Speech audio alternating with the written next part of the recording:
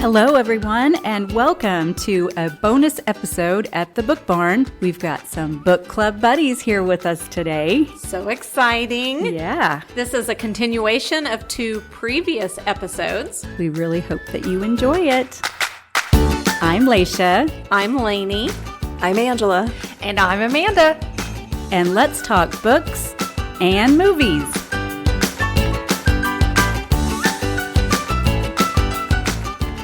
So we timed the reading of the book with the release of the movie. It ends with us by Colleen Hoover. And we just got back from the theater. Oh, we did. It was so fun. It was fun.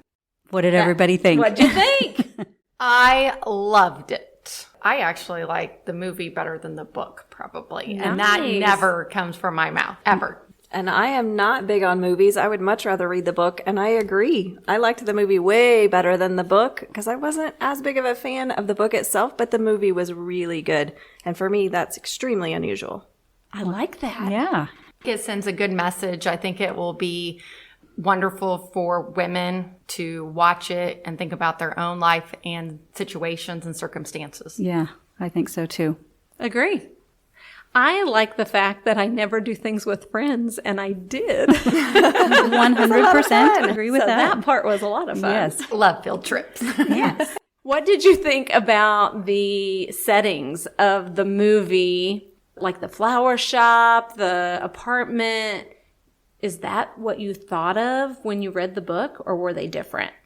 So it's funny you start with that because right at the beginning when it was her childhood home, we looked at each other and we were like, oh, that is not what I thought the house looked like, especially with the spiral staircase and that, just not what we pictured. Was it fancier than you thought it was going to be? Yeah, and in the movie. the fact that that neighborhood and then the house that was abandoned behind it, we were like, really? When she went to the funeral, the house presented as it was remodeled and not abandoned. Yeah. Well, the flashbacks showed that it was boarded up, that somebody really could be squatting in there, Yeah. for lack of a better word. So in the movie, I do think that the characters are older than they were in the book, right? So I read about that. I did too. Yes, that was on purpose.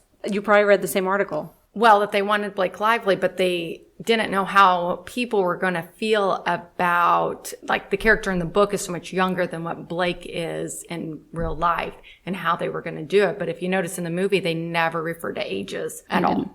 No, So the author, when she wrote the book, she did not realize that 20-somethings are not neurosurgeons.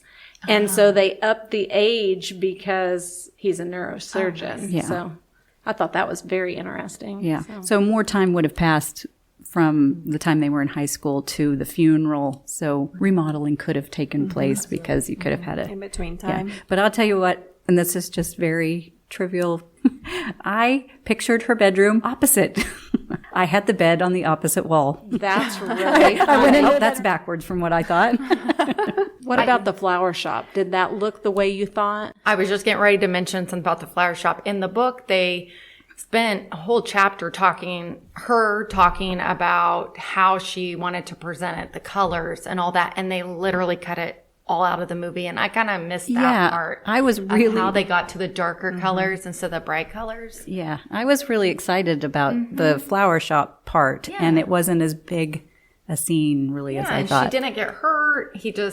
Ryle just comes into the picture. I felt like some of those parts of the book that were really good when they kind of started their relationship and that were good, but they were cut out of the movie. But I did like what the flower shop looked like. Like I thought it was imagined in that, and it wasn't the bright, normal looking flower shop. It was very unique. His restaurant was different than what I pictured as well. I pictured a much fancier place because when I was in Boston, everything was upscale and more clean lines, Yes. modern. Yeah, Yes. it had kind of a vintagey, eclectic feel to it. So I liked it. I liked the tree in the middle, and that was called Roots. And it was fun. The tree in the middle, that was an interesting that they kept that part in there. So that really was more authentic. So on the apartment, in the book, Ryle was living with them in their guest room. In the movie, he had his own apartment. And I thought that in the end, when they've split, well, he leaves to go off to, doesn't he go to Cambridge, yeah. isn't it? So, Yes. and he didn't do that, took or at that least out. they didn't talk about it. And I think she stayed where did she stay? Was she in her She old did apartment? stay in their apartment for a while. Yeah. While he was gone. Yeah. Did they get an apartment together when they were? Yes. I mean, I guess after they got married, they I probably think they hadn't- got it together right before the last fight. Oh, I okay. think. I think maybe. Yeah, but it said something in the book about them only being there for like a week or something, and Oh, then that's right. That's right. all of that happened. Yeah. What about the characters? Did they look the way you thought they should? They did not for me. I don't know that they looked the way I had it pictured. but Until Ryle took his shirt off. I know, because he was supposed to have big arms. Yes. And first when I saw him, I'm like, he's a little bit smaller, a little, I don't want to use the word mousier maybe, but I mean, I had him pictured taller and broader. Masculine, But like- then he took his shirt off. I'm like, oh, there we go. that There he redeemed is. himself right there. And then one of the ladies that was sitting next to me at the movie was like, well, I guess Atlas has to do the same so we can have a true comparison. But that did not happen in the movie. Maybe in the second one. I thought the young Lily and the older Lily looked so much Oh, they alike. did. That They did. was You couldn't spot really- on. Yeah. But I did not feel that way about Atlas. Yeah, I would not, agree. not as I much. would agree. Even mouth movements, everything, mannerisms were the same. So similar. Very nice. I agree. Honestly, the one character that I really, really liked in the book that I didn't feel like had as big of a role was the sister.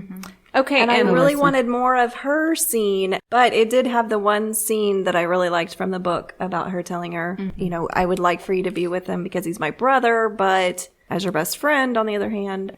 So they included that. Yeah. So one of our friends listened to the book on audio, and she said that the girl's name was Elisa. But in the movie, they pronounced it Alyssa. Which is what I would have said based on the way it was spelled. in the So book. I don't Yeah. know. And they didn't tell about her struggles with infertility. She just was pregnant, so I was a little bit disappointed in that. And then the Dory Didn't even the bring keep it up. swimming Just and the keep swimming, Ellen yes. letters. They weren't even in the movie at all. And I mean, they named the baby Emerson Dory. They did stick with the Emerson, which obviously, but Yep. yeah, it was Another, speaking of Emerson, another big difference was in the book. Oh, yeah, he he told tells her. Yeah. the background and his trauma, whereas in the movie, it's the sister who tells. Yeah, I was a little bit disappointed in that actually, because I felt like It should have come from him. it should have. And one of the biggest things I felt right out of the gate was the journals. The journals led the book. Yes. It wasn't presented in the movie at all. But one time, the one time it showed Dear Ellen on a piece of Paper. Oh, it did. Yep. I Time. must have missed it because I didn't. It was even, so quick. Oh, it was wasn't it one of the first flashbacks she has? Yes. That you see. okay. I did miss that. That was But it. the journal drove the whole book. It did. So now that we think about that, do we really like the movie better than the book? Because we've kind of contradicted ourselves of the book. And the journals really weren't my favorite part, or something. I know, Lanie, I know you liked the journal part did. and the Elena part a lot better. I didn't really, I did. particularly in the book, but so I didn't miss it in the movie particularly. Yeah. I don't think it was missed terribly, but I did like it in the book, and so I missed it a little bit. I think sometimes they have to make cuts when they make a movie. Oh, Because if not, absolutely. it's going to be so long. But Right. Did anybody listen to it? I always do Yes. audiobooks. So it was what, 5 hours or so? Oh, no, they're like 14 hours. Oh, 14 hours. Oh, yeah. So obviously they've got to make some cuts. okay. So anything else that was different? Well, we didn't think that maybe the restaurant scene was the same with the fight. The fight. Once Ryle saw Atlas with Lily in the bathroom. In the movie, they came out and, yeah, it was a big fight scene. In the book, did Lily and the daughter and the mom go visit the grave? I didn't remember that. No. Okay, I didn't remember it either, but it's been a while since I've listened to the book, so that part I didn't. And then she left the napkin by the grave, but it was still blank. And Laisha, they didn't even mention Michael Jackson's eulogy. And something else they didn't, unless I missed it, they didn't talk about the magnet. Oh, I didn't see the magnet. Because she was in her apartment with that, wasn't she? So none of this took place in any of Lily's apartment, except maybe when they were putting the crib together. Maybe. But he came to her apartment in the book. And I do think if you haven't read the book, it might be harder to connect. As the movie got towards the end when she was pregnant, it went through a lot faster. It did. So you didn't know that he had gone away, that she'd moved out. I mean, you could tell it was a different apartment, but probably if you only saw the movie, there were a lot of unanswered questions that you wouldn't have if you read the book. I agree. Yeah. I enjoyed being with my friends. And I love that you guys joined us for our podcast. Why, thank you for inviting us. Yeah, thanks we so had much. a good time. Thanks for coming. Absolutely.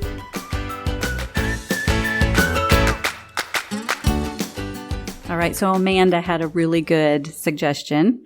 She wants to know what everyone's favorite book to movie combo is, so we can plan another one of these. What's your favorite, Amanda? Mine would have to be The Notebook. The Notebook. Because it ends so sweetly. That is a good one. Yeah. Angela doesn't have one. I don't watch enough movies to compare. Oh, I'll do a couple for Twilight and Hunger Games and all those little teen bopper They're book all movies. They're all good. I've read and watched them all. Harry Potter. Okay, so I actually have not read this book yet. It's on my to-be-read list. And I love the movie Crazy Rich Asians. Has anybody seen it? Have you seen it?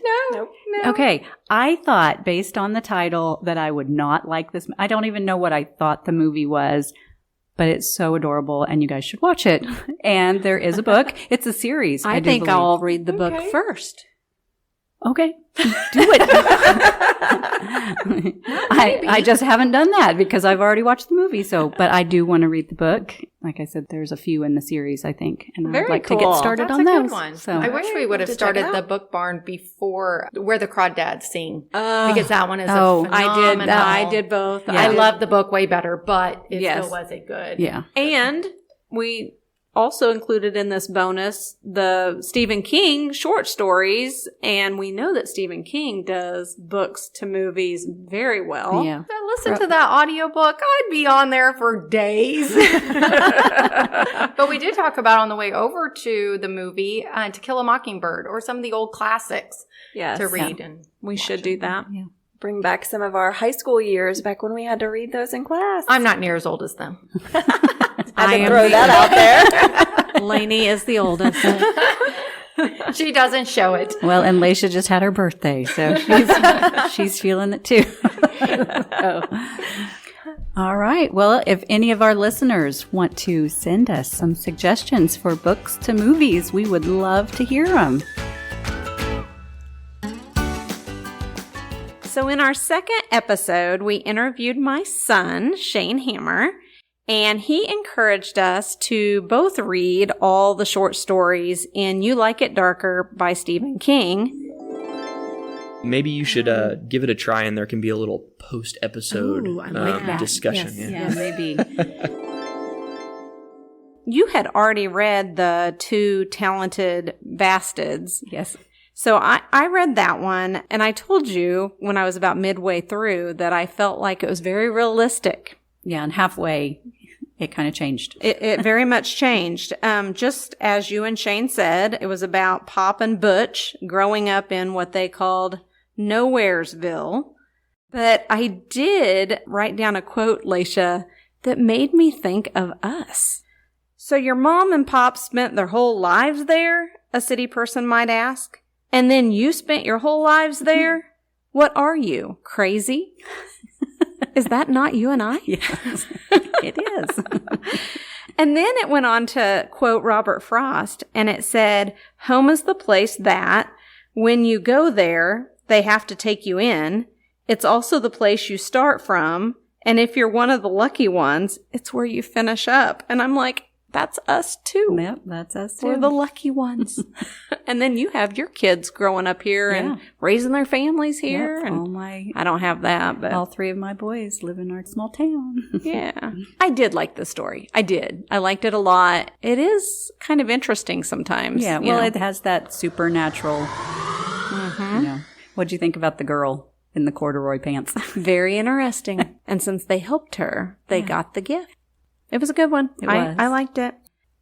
And then you and Shane both had already read The Fifth Step I read that one and thought it's exactly what you two said.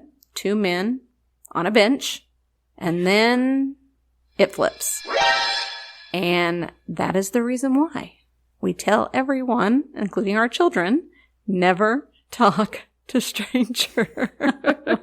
Well, I hope that all strangers you encounter aren't going to be like that. Exactly. I have a quote for that too. Okay. The guy seems sane, but Jameson was old enough to know that sometimes the woo-woo didn't come out right away. The woo-woo. Yeah. Yeah.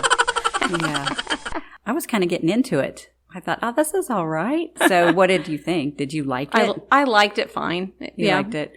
It is not what I would pick up to read on a beach. No. It's not what I would pick up to read if my husband weren't home. Yeah.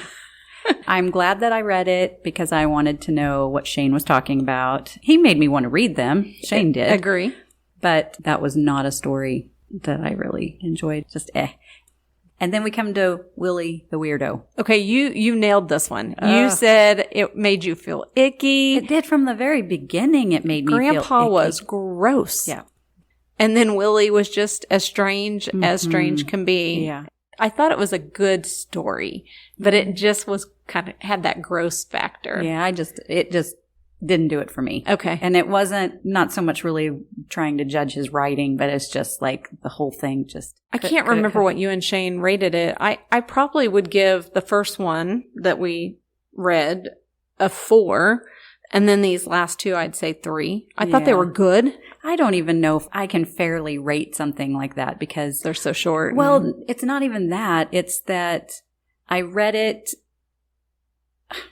I don't even know. I mean, what do I judge it on? Do I judge it by the storyline that I did not like? I mean, do I say that was a 2 because I didn't like it? Or do I say, well, it was a 4 because it did exactly what he was wanting it to do, give you that ick? So I just don't think that I can rate it. Fair enough. So now we can talk about the Answer Man. Yes. I liked it. Yeah, I liked it too. I liked it really well for about the first 1/3. I also liked it until I didn't. That doesn't really sound like it makes sense. But it did take a turn. It did. So here's my thoughts on the beginning of it. Have you ever been to Mount Rushmore? I haven't. If you go to Mount Rushmore, as you're driving through South Dakota coming home, you'll see these signs that say 10 miles to Wall Drug, 5 miles to Wall Drug. And then it just, every mile you see these signs. And then there's this exit and you're like, I got to go to Wall Drug to see what the big deal is. That's the way I felt about the Answer Man. Like all these signs and you're like, okay, why not? Let's try it. Yeah. Well, did you find any answers at Wall Drug? It was interesting. It was kind of like an indoor mall kind of thing. I mean, they had food and shops but I didn't get any answers. So it kind of reminded me of that. Yeah. This story kind of also gave me a little bit of a, you're going to think I'm strange for this. It kind of gave me the La La Land vibe because I kept thinking, if he hadn't talked to the Answer Man, would he have been so brave on the battlefield? Would he have known to go ahead and take the job in the little town? So it was kind of a what could have been and what was. Yeah. And then when we didn't like it was, of course, when tragedy struck. He bought the TV, and I thought, okay, that's it. That's why Jake's not going to be in sports. Yep. We're just seeing the future unfold, for all of our children now, everyone's addicted to television and electronics and gaming. Yep. And podcasts. I am a bit addicted. I will agree with that. And then King did the thing that King does and it kind of turned sad. Got sick after he died and his wife went downhill. Poor thing. We've read books before about parents losing children, and it's just devastating. Yeah, I can't even imagine. Worst nightmare. Yeah. Worst nightmare. I can't imagine. I liked The Answer Man fine. I think Shane gave it a 5 if I remember. I wouldn't give it a 5. No. I would give it a 4. He was a very good writer, and he really did develop those characters. You did care about the characters. You really did. You didn't want anything bad to happen, and then when it did happen, you're mad. So I will tell you, Laisha, I'm going to read another one. My husband is rereading a King book, and I told him I would read it as well so that later we can interview him. All right. So I'll let you know. Okay. Okay. Well, so far, I'm not sad that I read these. Well, maybe aside from Willie, the weirdo. That was strange. Glad I got a little taste of Stephen King, but I can't say that I'm really going to do a whole lot more. He's obviously a great writer and lots of fans, so he's probably not going to miss me. Well, we thank Shane for at least giving us a taste for Stephen King and his You Like It Darker. Until next time, I'm Laisha. I'm Lanie. And keep your bookmarks busy.